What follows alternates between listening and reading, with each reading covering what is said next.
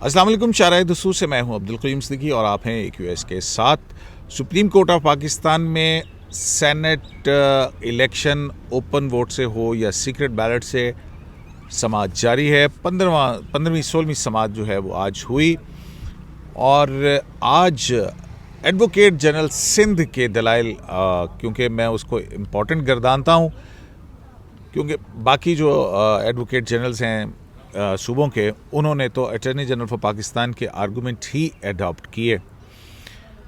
Advocate general Sindh जो हैं उन्होंने अदालत से ये रिक्वेस्ट की है कि ये सदारती रेफरेंस में पूछा गया सवाल ही काबिल समाअत नहीं है और अगर सुप्रीम कोर्ट इसका अफर्मेटिव यानी मुस्बत में जवाब देती है तो फिर ये ऐसा होगा जैसा कि आइन के अंदर तरमीम करने के मुतरादिफ। आज के मुकदमे में क्या कुछ हुआ और एडवोकेट जनरल सिंध क्या अपने दलाइल मुकम्मल कर पाए, वफाक की एक इकाई उसके साथ सुप्रीम कोर्ट के बेंच ने क्या सलूक किया, उस पर बात करते हैं। मेरे साथ मौजूद हैं जनाब नासिर इकबाल और हसनात मलिक। नासिर साहब, पहले तो मुझे ये बताएं कि अब आपको लग रहा है कि अगले 2-4 दिन के अंदर ये मामला वाइंड अप होने जा रहा है? क़य्यूम साहब, एक तो आज मेरा ये ख्याल था कि आज रज़ा रब्बानी साहब को भी मौका मिलेगा अपनी बात करने का, लेकिन आज उन्होंने एडवोकेट जनरल प्रोविंसेस के ही सुने, तो कल रज़ा रब्बानी साहब बोलेंगे। अब ये उनके ऊपर डिपेंड करता है कि वो कल कंप्लीट कर पाएंगे कि नहीं, क्योंकि कोर्ट शायद कल मैक्सिमम 1.5 घंटा बैठेगी और फिर ज़फ़रुल्लाह खान साहब भी हैं और भी कुछ लॉयर्स हैं। तो मेरा ख्याल है मंडे तक या ट्यूसडे तक तो ये स्पिल ओवर होगा ही। लेकिन आज जो एडवोकेट जनरल सिंध हैं, जिनका नाम सलमान तालबुद्दीन है, उनके बड़े मज़े के इंटरेस्टिंग आर्गूमेंट्स थे। उन्होंने तो क्लियर आपने जैसे इंट्रो में भी बात कर दी है कि उन्होंने साफ कह दिया कि अगर सुप्रीम कोर्ट ने इस रेफरेंस का जवाब हाँ में दिया तो इसका ये मतलब होगा कि आप जो हैं वो आइन में आर्टिकल 226 में खुद अमेंडमेंट कर रहे हैं। और दूसरा उन्होंने कहा कि ये जो है इनअप्रोप्रिएट है, जो क्वेश्चन आपसे पूछा गया है ये है ही इनअप्रोप्रिएट, और इसकी कई रीजंस हैं। एक तो ये पॉलिटिकल क्वेश्चन है और सुप्रीम कोर्ट को ऐसे टेरेन में जो कि पॉलिटिकल हो इसमें नहीं जाना चाहिए।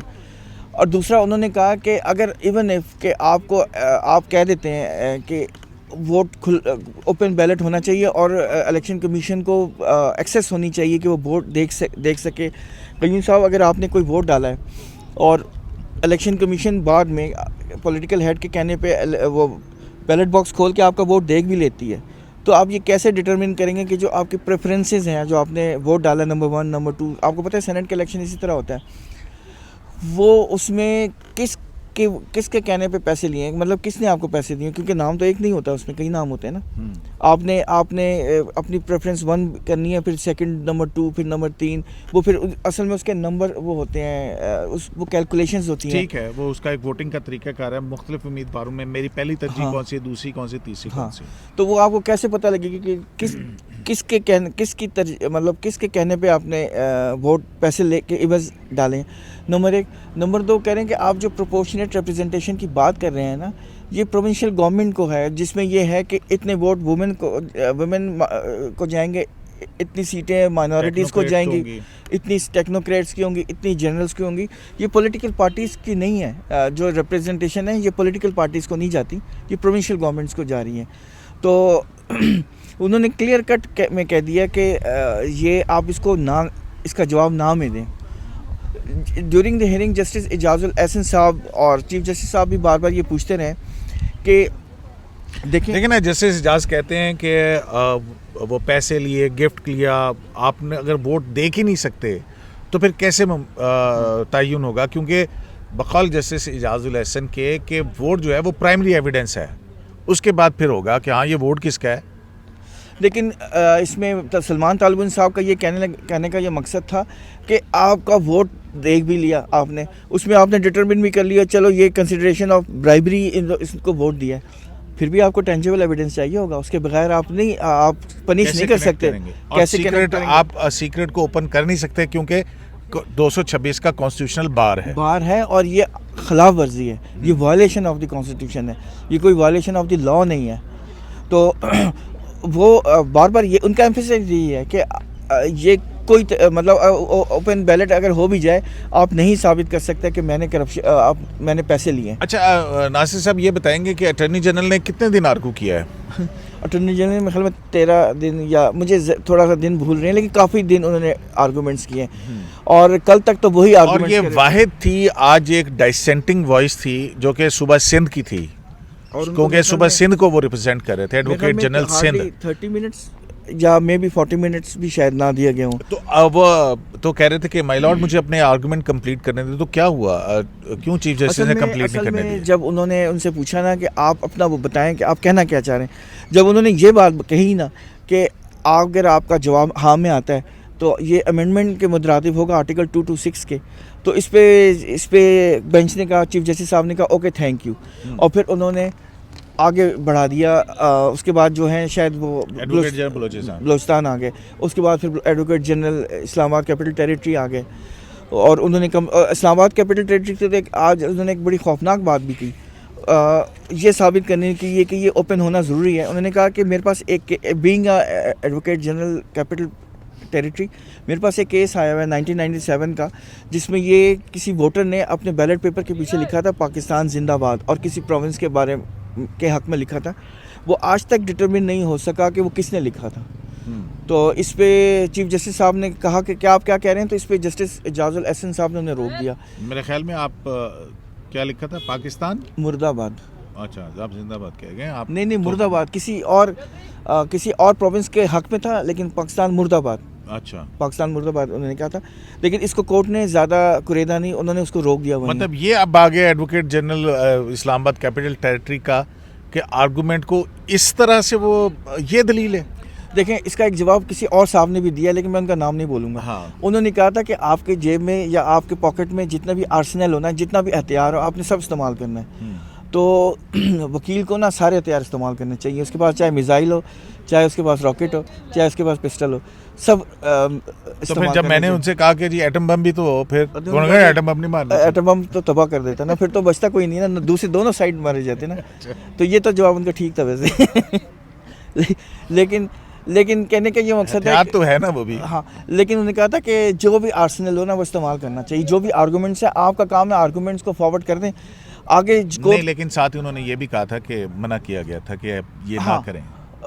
लेकिन हाँ, ये उन्होंने कहा था कि मैंने उनको मना किया था कि ये बात ना कीजिएगा, ये मुनासिब बात नहीं है। और फिर सुप्रीम कोर्ट जैसी भी है ना, टॉप कोर्ट है, हाईएस्ट फोरम है, और इसकी इज़्ज़त, इसका प्रेस्टीज जो हम सब पे लाजिम है उसको मतलब इज़्ज़त करना। और बहरहाल एक कॉन्स्टिट्यूशनल बॉडी है और लास्ट रिजॉर्ट है जस्टिस का, तो इसकी इज़्ज़त और तौकीर मतलब हर एक पे लाजिम है। हर एक पे लाजिम है। हसनात साहब ये मोबाइल से खेलना बंद करें, नासिर साहब फिर माइंड कर जाएंगे। नहीं, माइंड नहीं, बंदा डिस्ट्रैक्ट होता है। डिस्ट्रैक्ट होता है नहीं, वो आप लगे हुए थे तो मैं लगे हुए थे, तो क्या आप प्रोग्राम का हिस्सा हैं यार? नहीं, मैं सुन रहा था, मैं था प्रोसीडिंग में, तो मैं इस वजह से मैंने कहा। अच्छा, प्रोसीडिंग में थे तो आपको कोई दिलचस्पी नहीं थी नासिर साहब से? नासिर साहब से सवाल आप नासिर साहब ने इतने अहम सवालात उठा दिए हैं। मैं सुन रहा था। सुन रहे थे आप? जी। अच्छा, ये आज भी जो एम्फेसिस है वो सीक्रेसी ऑफ बैलेट के ऊपर ज़्यादा था। सवाल जो आईनी है उसके ऊपर, मतलब चीफ जस्टिस पाकिस्तान ने भी कहा, बल्कि उन्होंने तो ये कहा कि प्राइमरी शहादत तो वोट है, और वोटर की शनाख्त हुए बगैर वो कैसे होगा। ठीक हो गया। तो उस पर जो है सलमान तालिबुद्दीन साहब उन्होंने कहा कि जनाब ट्रांजैक्शन तो कई किस्म की होती हैं, आप कैसे इस्टेब्लिश करेंगे। और फिर जस्टिस उमर बंदयाल साहब ने भी कहा। तो आज मुतनासिब नुमाइंदगी के ऊपर उतनी डेलिब्रेशन नहीं हुई है जितनी सीक्रेसी ऑफ बैलेट के ऊपर। वो मेरे ख्याल है कल जस्टिस याहिया अफरीदी ने जो रिमार्क्स दिए थे, तो वो जो मतलब मे भी मेजॉरिटी अभी भी वही बात करे, प्रोपोर्शनल रिप्रेजेंटेशन इंश्योर की जाए पार्टियों की। लेकिन सलमान तालिबुद्दीन ने कहा जस्टिस एजाजुल एहसन को कि जी कॉन्स्टिट्यूशन में जो प्रोपोर्शनल रिप्रेजेंटेशन है वो सूबों की है, पार्टियों की नहीं है। सूबों की है कि जी सब सूबों के यकसा जो है तनासुब दिए जाए, न कि पार्टियों को दिए जाए। लेकिन और यही बात जैसे याहिया अफरीदी ने कही कि उन्होंने कहा कि जी अगर मतलब ये इस तरह का मामला है तो फिर ये सिलेक्शन करने एक लिस्ट आ जाए, ये इलेक्शन की क्या ज़रूरत क्या है। तो आज जो फोकस था बेसिकली कोर्ट देखें, कोर्ट ने भी अपना जो फोकस है वो शिफ्ट किया है, सीधी बात है, ये मतलब ये एडमिटेड चीजें हैं जो, और ये पहले अटॉर्नी जनरल का ये दूसरा है ना सीक्रेट बैलेट वोट की तशरीह। अटॉर्नी जनरल ने तकरीबन 10-12 दिन जो है ना 226 का कहा कि ये अंडर द कॉन्स्टिट्यूशन इलेक्शन है, इसके अलावा कोई ज़्यादा। फिर मामला आया सिक्रेसी पे कि सिक्रेसी जो है ना ये होनी चाहिए, कितनी होनी चाहिए, नहीं होनी चाहिए, एब्सोल्यूट नहीं होनी चाहिए। ये जो इख्तरा है माइंड के सिक्रेसी इज़ नॉट एब्सोल्यूट, ये जो है जैसे इजाजुल एहसन साहब की है, तो वो कहते हैं कि इसमें सुप्रीम कोर्ट के फैसले हैं। और उन्होंने आज भी कहा कि मैं अपने ब्याह पे कह रहा हूँ कि कभी भी क़यामत तक तो ये सिक्रेसी क्या है, सिक्रेसी उस वक्त तक है जब पोलिंग बूथ है, उसके बाद इलेक्शन कमीशन इज वोट डल गया, नतीजा आ गया, उसके बाद कोई सिक्रेसी एग्जामन है, फिर उसके बाद वो वही बात है कि वो देख सकते हैं।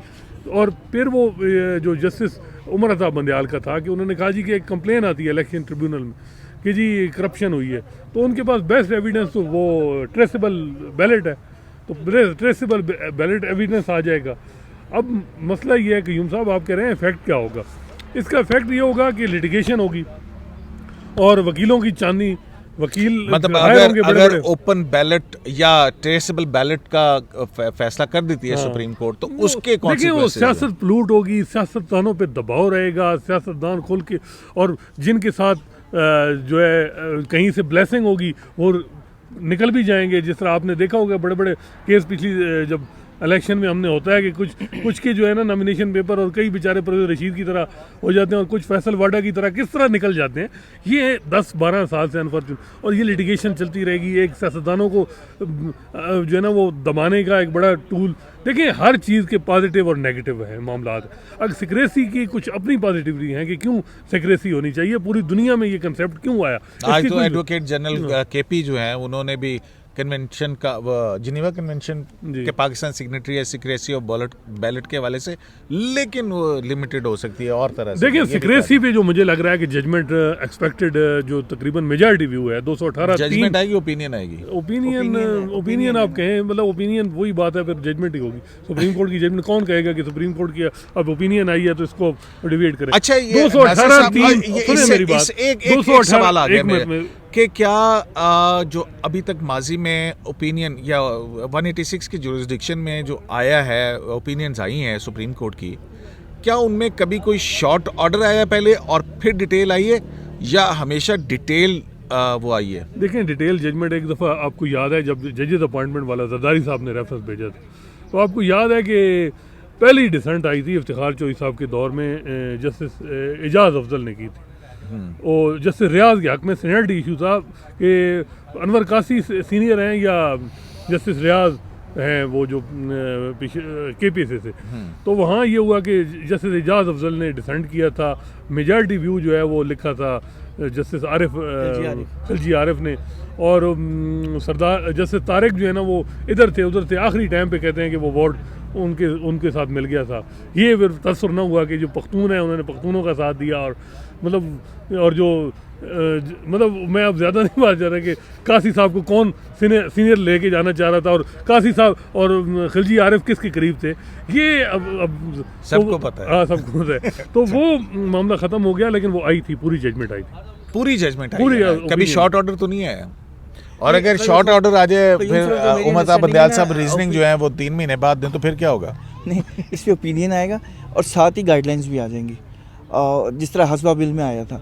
तो मेरा ख्याल है कि पूरी एक प्रॉपर जजमेंट के स्टाइल के, लेकिन जो मैं आपको बताना चाह रहा था, जिस पे आपने मुझे रोक दिया, एडवोकेट जनरल सिंह ने एक बड़ी ज़बरदस्त बात, इंटरेस्टिंग बात की थी। उन्होंने ये कहा था कि ये जो रेफरेंस है ये बहुत ही क्लेवरली फ्रेज ड्राफ्टेड क्वेश्चन इसमें किया गया है, और ये रिवॉल्व करता है कि हॉर्स ट्रेडिंग, ब्राइबरी और करप्ट प्रैक्टिसेस पे। लेकिन आपने तो डेफिनेट ऑर्डर देना है ना, ओपिनियन देना है, तो प्रूफ किधर है करप्शन का? प्रूफ के बगैर आप डेफिनेट आप कैसे देंगे? लेकिन उसका जवाब दिया चीफ जस्टिस, उन्होंने कहा कि इतनी रेजोल्यूशन आई है पार्लियामेंट में, इसके अलावा चार्टर ऑफ डेमोक्रेसी है, ये सारी एडमिटेड चीज़ें हैं, क्या आप इनको ऑन करते हैं कि नहीं? इतना सिग्निफिकेंट डॉक्यूमेंट, बल्कि उन्होंने कहा कि पाकिस्तान की जमहूरी तारीख का एक बहुत अहम दस्तावेज है। अब पता नहीं मुस्लिम लीग नून और पीपल्स पार्टी उसको ओन करती है या नहीं, ये चीज़ जिसमें कॉन्स्टिट्यूशनल कोर्ट भी थी।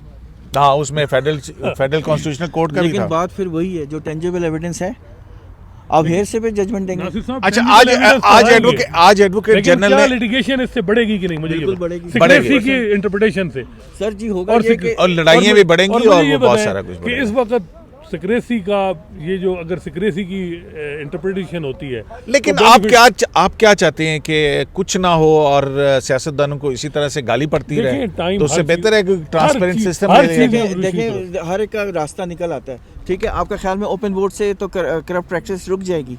आपका क्या ख्याल है? दूसरी बात जो आज एडवोकेट जनरल सिंह जो है, उन्होंने अटॉर्नी जनरल के उस बयान का भी कि जी ये मेरे कंधों पे बोझ मैं नहीं ले सकता था, तो लिहाजा मैंने सवाल दे दी, ये क्यों कहा था एडवोकेट जनरल मतलब सिंह वो ने? कहने का मकसद यही है कि देखें, ये अटॉर्नी जनरल साहब ने अपने आर्गूमेंट्स में खुद जो मैंने सुना है वो ये है कि कैबिनेट ने ये अप्रूव किया था कि ओपन होना चाहिए, लेकिन चूंकि अटॉर्नी जनरल ने खुद ये माना है कि ये उनकी एडवाइस थी शायद कि मैं अपने कंधों पे इतना भारी बोझ नहीं लेना चाहता था, इसलिए मैंने सेफेस्ट रूट ये समझा कि हम एक रेफरेंस फाइल करें और सुप्रीम कोर्ट से रास्ता निकालें।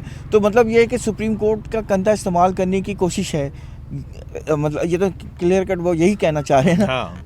कि और वो यही तो कह रहे हैं कि ये इनअप्रोप्रिएट क्वेश्चन है और ये पॉलिटिकल क्वेश्चन है, और इसका ये जो है ये सुप्रीम कोर्ट को मतलब इस्तेमाल करने इसका जवाब भी उन्होंने दिया हाँ। कि पॉलिटिकल क्वेश्चन, ये आइन जो है वो एक कानून चीफ जस्टिस ने कहा कि आप खुद ही तो कहते हैं कि कॉन्स्टिट्यूशन एक पॉलिटिकल डॉक्यूमेंट है, और हम इंटरप्रेट करते हैं, हाँ। और क्या हम पॉलिटिकल एक्टिविटी में इन्वॉल्व हैं? आर वे इन्वॉल्व इन देखिए, हर चीज़ के कोई स्पिरिट का मसला है ना, मतलब अब ये तो नहीं कि हम इसको अब अल्फाज में कि जी ये जो इंटरप्रिटेशन है ये पॉलिटिकल एक्टिविटी है। पॉलिटिकल एक्टिविटी ये होगी कि जब अगर आप किसी परसेप्शन ये जाएगी कि अगर एक पार्टी को बेनिफिट देने के लिए मतलब सब कुछ जो है ये महफिल सजी, मतलब समाज सजना है महफिल ऐसा तेरे लिए सजाई है, अच्छा। ये जो है ये मामला गलत है। और ये पॉलिटिकल एक्टिविटी जिसमें पिटिशनर इमरान खान ने कहा था कि इफ्तिखार मोहम्मद चौधरी जो चीफ जस्टिस थे, सब के जो ये सारे जजेस बैठे हैं, इनको रिकमेंड करने वाले, अपॉइंट करने वाले, जिनके बारे में वो कहते हैं कि इन्होंने रिक किया इलेक्शन, तो आपको कहते हैं इफ्तिखार चौधरी कितने में बिके? रिक किया। मैं तो ये कहता हूँ वो क्लिपिंग दिखानी चाहिए कि जुडिशरी पे इल्जाम वो लगाया दिखानी चाहिए कि जुडिशरी पे इस इमरान खान ने पहले वोटर लिस्टें बनवाई हैं इनसे, इस सुप्रीम कोर्ट से, फिर उन्हें जलील किया जब वो रिटायर हो जाते हैं, और फिर उसके बाद क्या कुछ होता है। फिर इसी तरह साकिब निसार साहब के हवाले से भी जो कुछ होता रहा, खोसा साहब के हवाले से क्या होता रहा है। देखें, यही तो हम कह रहे हैं अदालतों को कि आप अगर ये जो पूरा एक स्टेज पीडीएम और ये पूरा मामला चल रहा है पॉलिटिकल, और इसकी इम्प्लीकेशन बड़ी पॉलिटिकल है, और आप अगर एक साइड के साथ खड़े, मतलब आपका जो एक्ट है वो एक को सपोर्ट कर रहा है और आप रिस्ट्रेन शो कर सकते हैं, कोई मतलब ही नहीं है, और अगर फिर भी आप जा रहे हैं तो फिर आपको, हम तो नहीं लेकिन फिर फ्यूचर में अच्छा, सलमान तालुद्दीन साहब जो है, इसका जवाब बड़ा इंटरेस्टिंग है। आपने एक प्राइम मिनिस्टर को घर भेज दिया था कंटेंट में, ठीक है ना, ठीक है, उस पर आर्टिकल 63(1)(g लगाया था, वही यूसुफ रजा गिलानी साहब के नॉमिनेशन पेपर आज एक्सेप्ट हो गए हैं और वो सेनेट का इलेक्शन लड़ रहे हैं। उनको तो फिर नहीं लड़ना चाहिए था ना। तो मतलब है कि आप रास्ते नहीं रोक सकते। और सलमान तालुद्दीन साहब ने ये सवाल भी आज यही कहा है कि आप कैसे इंश्योर करेंगे कि आप जो है कि हॉर्स ट्रेडिंग कैसे इंश्योर कराएंगे कि ये ना हो, सुप्रीम कोर्ट कैसे कराएगी? अगर ओपन बैलेट, आप अगर ये कह देते हैं कि ओपन बैलेट जो है ना ये बहुत बड़ी हिंड्रेंस है करप्ट प्रैक्टिसेस को, मतलब ये इसके फेवर में जाएगी, तो सुप्रीम कोर्ट फिर भी कैसे इंश्योर कराए कि नहीं हो सकता वो रास्ते, अगर एक बंद करेंगे दूसरा रास्ता बिल्कुल। मैं एग्जैक्टली जो था ना उसमें कहा कि जी इस रेफरेंस का सारा जोर जो है इस बात पर है कि वोट बिकते हैं। अगर ओपन बैलेट कराएंगे और ये अदालत इसका पॉजिटिव जवाब भी दे देती है, तो क्या ये मुकम्मल तौर पर हॉर्स ट्रेडिंग ख़त्म हो जाएगी? तो चीफ जस्टिस ने कहा हम नहीं जानते ये, हाँ। तो कहने का मकसद है कि उस पर जैसे इजाजुल ऐसे ने कहा कि बैलेट की सिक्रेसी जो है उससे ये को कायम रखा जा सके, और अगर इशू खड़ा हो या पैसा का इल्ज़ाम लगे, प्राइमा फेशियाई ऐसी एविडेंस आए, फिर इलेक्शन कमीशन के पास ऐसे मीन्स होने चाहिए कि वो डिटेक्ट कर सके साहब एक पार्टी एक उसका पॉलिटिकल डायलॉग नहीं कर सकती, इनकम्पिटेंट है, क्योंकि ये डायलॉग हो जाता अगर साल पहले शुरू हो जाता, 226 की कॉन्स्टिट्यूशन अमेंडमेंट सारे तैयार थे, हो जाता। एक पार्टी की इनकम्पिटेंसी को जुडिशरी कैसे कंधा फराहम करे कि जी आपने नहीं किया तो हम आपको करें। बेसिकली जो कॉन्स्टिट्यूशनल डेमोक्रेटिक वैल्यूज़ होती हैं इनको स्पेस देनी चाहिए, ये बढ़ती हैं। इनको करप्शन के नाम पे आप इतना करेंगे तो 10 साल में हर इलेक्शन प्रोसेस में आप इन्वॉल्व हुए, जुडिशरी बदनाम हुई, और वो क्या वो जो जितने वो प्रोसेस हैं, आपने एक गाना सुना? प्रोसेस हैं जितने, क्या वो उनमें वो फिर भी वो ठीक रहे, पिलूट हुई है। उसके अलावा उस जिन मामलात में जजमेंट आई है, मुझे बताएं किसी जजमेंट इलेक्शन के मैटर में सुप्रीम कोर्ट की जजमेंट आई है तो वो प्रोसेस नीट हुआ हो? कुछ भी नहीं होता, बदनाम सुप्रीम कोर्ट, बदनाम सुप्रीम कोर्ट हो जाती है। एक बड़ी डेवलपमेंट और भी हुई है। हाँ, ये जो तमाम ये जो है ना प्रमाइस जो जिस पे ये सारी बातें चल रही हैं, देखें आपको महसूस नहीं हो रहा कि गवर्नमेंट बहुत अनईजी हो रही है, और उसको ये खदशा है कि हमारे जो मेंबर्स हैं वो वोट किसी और को दे देंगे। ये खदशे का इज़हार भी कर दिया है।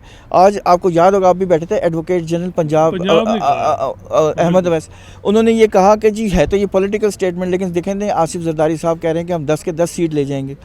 तो ये रिफ्लेक्शन है कि they are very worried. Prime minister ने भी तो कहा कि इनको पता नहीं है, हमारे पास ज़राए ज़्यादा है, हम ज़्यादा ले जाएंगे। ज़्यादा है, रिपोर्टें आ रही हैं उनके पास, वो जिन बेस पे वो कह रहे हैं रिपोर्ट सारी मतलब उनको पहुंच जाती हैं। और आज भी उन्होंने कहा है कि हम वोटें ज़्यादा, आज बल्कि एक पीटीआई के रहनुमा का ट्वीट था कि इनको पता चल जाएगा कि किसके वोट ज़्यादा हैं। तो इसका ये मतलब है ना कि वो वाले नहीं करें, ब्राइबरी करें, वो जो है ना करप्ट प्रैक्टिसेस में ना इंडल्ज हो, हम कर सकते हैं क्योंकि हमारे पास ज़राए ज़्यादा हैं। तो ये तो दो नंबर टू वे नहीं चलता यार, ये आपका फेलियर है कि आप अपने एमपीएस को कन्विंस नहीं कर पा रहे, उनको करप्शन के अलावा बात तो नहीं कह सकते ना।